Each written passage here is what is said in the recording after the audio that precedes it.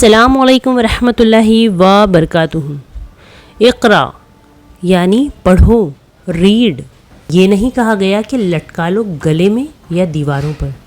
دیکھیے قرآن کی پہلی آیت جو نبی صلی اللہ علیہ وسلم پر نازل ہوئی، اس میں اللہ تعالیٰ نے علم کے تعلق سے سکھایا ہے۔ اقرا یعنی پڑھنے کے بارے میں بتایا گیا ہے۔ دیکھیے کیا قرآن پڑھنا اور اس پر عمل کرنا زیادہ ضروری ہے یا صرف قرآنی آیات کو گلے میں ٹانگ لینا زیادہ ضروری ہے؟ بتائیے۔ دا مارکیٹ آف تعویذ از سو ہیوج۔ دیکھیے ایک کلیئر حدیث آپ سب سے پہلے سن لیں کہ جس نے تعویذ لٹکایا اس نے شرک کیا۔ دیکھیے کچھ لوگوں کو لگتا ہے کہ قرآن پڑھ لینے سے زیادہ قرآن کی کچھ آیتوں کو گلے میں ٹانگ لینا زیادہ بہتر ہے کیونکہ یہ ہماری حفاظت کریں گی۔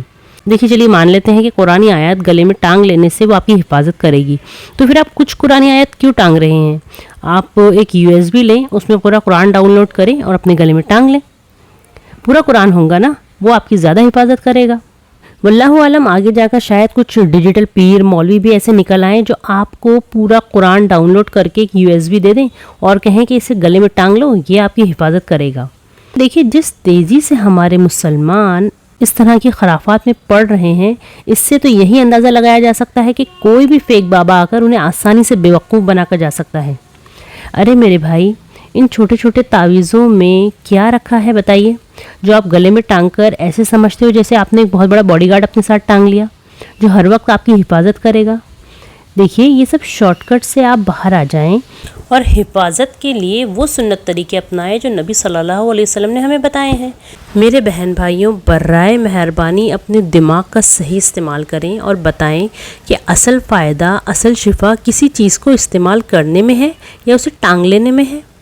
اچھا آپ کو اتنا تو پتہ ہے نا کہ احادیث میں ذکر ہے کہ زمزم میں شفا ہے، کلونجی میں شفا ہے، شہد میں شفا ہے، تو کیا اب آپ شفا حاصل کرنے کے لیے گلے میں زمزم کی بوٹل یا شہد کی بوٹل ٹانگ لو گے یا کلونجی کے دانوں کا ہار بنا کر گلے میں لٹکا لو گے کہ اس میں تو شفا ہے؟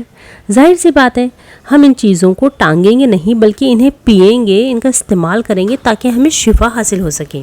اگر آپ ڈرائیونگ سیکھ رہے ہیں تو ہاؤ ٹو ڈرائیو کی کاپی آپ اپنے گلے میں باندھ کر ٹریفک میں نکل جاؤ گے کہ یہ کاپی اب میری حفاظت کرے گی؟ نہیں، آپ کو اسے پڑھنا پڑے گا، اس کی باریکیوں کو سمجھنا پڑے گا، رولز ریگولیشن کے بارے میں جاننا پڑے گا، تب جا کر آپ ٹریفک میں ڈرائیونگ کر سکو گے۔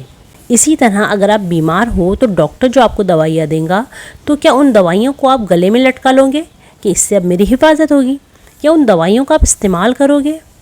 اتنا تو سینس ہونا چاہیے نا ایٹ لیسٹ کہ ہم آتھینٹک چیزوں کو چھوڑ کر کن خرافات میں پڑے ہیں، کیوں ہم شرک بدعت میں پڑ گئے ہیں۔ دیکھیے میرے بھائی بہنوں، قرآن بھی ہمیں پڑھنے کے لیے، سمجھنے کے لیے آیا ہے، گلے میں ٹانگ لینے کے لیے یا کہیں چپکا دینے کے لیے نہیں آیا ہے۔ قرآن کو پڑھنے میں، اس پر عمل کرنے میں شفا موجود ہے۔ اقرا یعنی پڑھو، it is meant to be read, recited, understood and implemented. اسے گلے میں لٹکانے میں شفا نہیں ہے۔ دیکھیے جب بہت سے تعویذ کھولے جاتے ہیں تو پتہ چلتا ہے کہ ان میں اتنے عجیب و غریب نمبر کوڈنگ لکھی ہوتی ہے، پکچرز بنے ہوتے ہیں، عجیب و غریب سائن اور اسٹرینج ورڈنگس ہوتی ہیں، اور شیاطین اور جناتوں کے نام ہوتے ہیں، قارون، حامان، فرعون وغیرہ، ساتھ میں بسم اللہ بھی لکھی ہوتی ہے، اور عجیب و غریب باکس بنے ہوتے ہیں۔ زیادہ تر تعویذوں میں تو صرف جادو اور شرک اور کفر ہی موجود ہوتا ہے۔ دیکھیے سب تعویذ میں شرک نہیں ہوتا، بٹ پھر بھی ہمیں تعویذ پر ڈپینڈ نہیں ہونا ہے، اس سے احتیاط ہی برتنی ہے۔ چلیے مان لیتے ہیں کچھ تعویذ قرآنی آیات پر مشتمل ہوتے ہیں، تو پھر قرآنی آیات کے تعویذ آپ پہن کر واش روم نہیں جاتے، اور بھی ایسی چیزیں ہیں جہاں ان تعویذوں کی بے حرمتی ہوتی ہے، تو احتیاط بہت ضروری ہے۔ ہمارا یقین اللہ پر ہونا چاہیے، تعویذوں پر نہیں۔ دیکھیے اسلام میں ہمیں بری نظر سے، جن، شیاطین، جادو سے بچنے کا صحیح طریقہ بتایا گیا ہے۔ آپ اس آتھینٹک طریقے کو چھوڑ کر، اتنے سمپل سادے طریقے کو چھوڑ کر عجیب و غریب چیزوں میں پڑے ہوئے ہو، پیسے کی بھی بربادی اور عقیدے کی بھی۔ عجیب و غریب پیر بابا کے چکروں میں آپ پڑھ کر اپنا ایمان بھی برباد کر لیتے ہو اور اللہ کو بھی ناراض کر لیتے ہو، کتنی بری بات ہے۔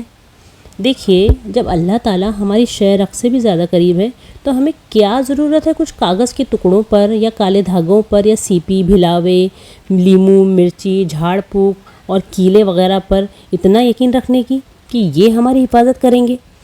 جب ہمارے پاس اتنا محبت کرنے والا، مہربان اور ہماری حفاظت کرنے والا رب موجود ہے تو کیا تب بھی ہمیں انسانوں کے ہاتھوں کے بنائے ہوئے تعویذوں کی ضرورت ہے؟